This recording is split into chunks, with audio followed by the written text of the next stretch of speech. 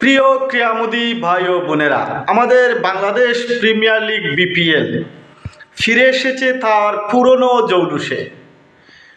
আজকে ঢাকা পর্বের প্রথম দিনে আমরা সেই পুরনো বাংলাদেশ প্রিমিয়ার লিগকে দেখতে পেয়েছি।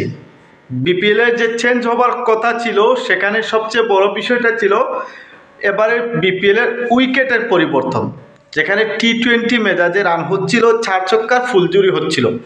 আমরা ঢাকা পর্বের প্রথম পর্বে আমরা দেখেছি বিগ স্কোর হয়েছে, বড় বড় স্কোর হয়েছে, 200+ স্কোর হয়েছে। প্রত্যেকটা ম্যাচেই মোটামুটি 170, 170, 80 এইরকমভাবে স্কোর হয়েছে। যখন সিলেট পর্বে বাংলাদেশ প্রিমিয়ার লিগ বিপিএল গেল, তখন রানের বন্যা রীতিমতো বয়েছে। বিপিএলের ইতিহাসের সেরা স্কোর হয়েছে, 250+ স্কোর হয়েছে।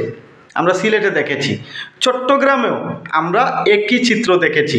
ব্যাটসম্যানদের দাপট যেন সর্বদাই বজায় ছিল। ব্যাটাররা রান পেয়েছে, বড় বড় রান এসেছে এবং 7টা সেঞ্চুরি কিন্তু এসেছে এখন পর্যন্ত বাংলাদেশ বিপিএলে। সব কিছুই ঠিকঠাক ছিল।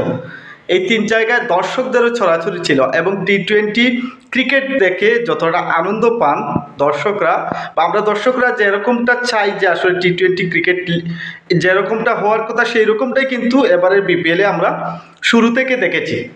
কিন্তু ঢাকার দ্বিতীয় পর্বে এসে যেন সেই উইকেটটা মরে গেছে এবং পিচ কিউরেটর যেন তার স্মৃতি হারিয়ে ফেলেছে। আজকে প্রথম দিন ঢাকার দ্বিতীয় পর্বের দিনের প্রথম ম্যাচে আমরা দেখেছি সিলেট এবং বরিশালের ম্যাচটা, যেখানে একদম লো স্কোরিং ম্যাচ হয়েছে।